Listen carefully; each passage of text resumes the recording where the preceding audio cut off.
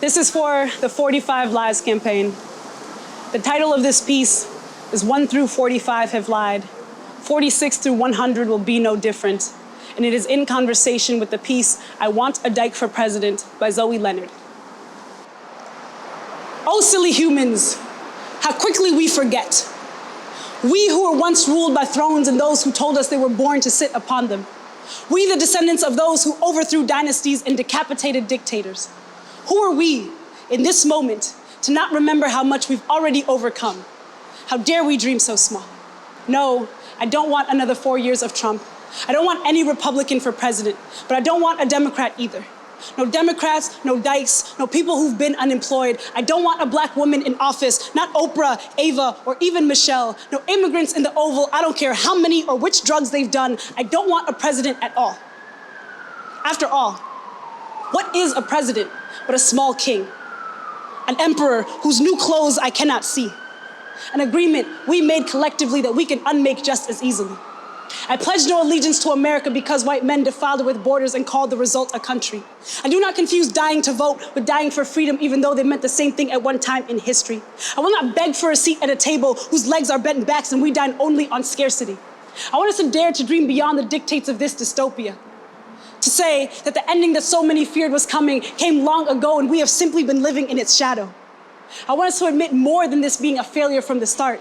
To say America never was great and never can be. That sometimes the rot is so deep in the root that a pruning does not breed possibility. That the only hope for a harvest lies in the fields being resown entirely. And I want to know why this isn't possible. I want to know why we started learning somewhere down the line that a president is always needed, that a country is always needed, that the police are always needed, that any of this has ever been and will always be needed. And I want to know how, after slavery, genocide, colonialism, and all of the ways that they've renamed the taking, how in the world did they convince us that they knew how to run one better than we did or do? And I know it's sometimes hard to imagine that all of us can truly get free, but I need you to believe that we already are. I need you to believe that we always have been, no matter the master or the monarch, but only if we dared to dream beyond what we could see, only if we understood that reskinning or regendering the beast would never change a rumbling in its belly. See, sometimes I daydream I will live to see a day that a child is born so free that they will hear this poem and wonder what the hell a president even is. And I believe that we can do it.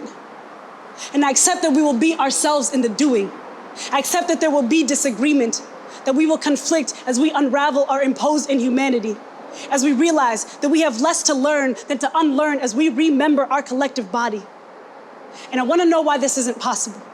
I want to know why we started learning somewhere down the line that a president is always needed, that a country is always needed, that the police are always needed, that any of this has ever been and will always be needed.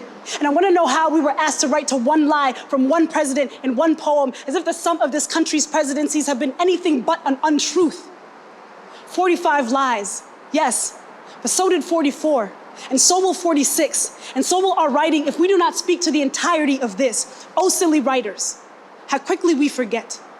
We who were once ruled by thrones and those that told us they were born to sit upon them. We, the descendants of those who overthrew dynasties and decapitated dictators. Who are we, in this moment, to not remember how much we've already overcome? How dare we write so small?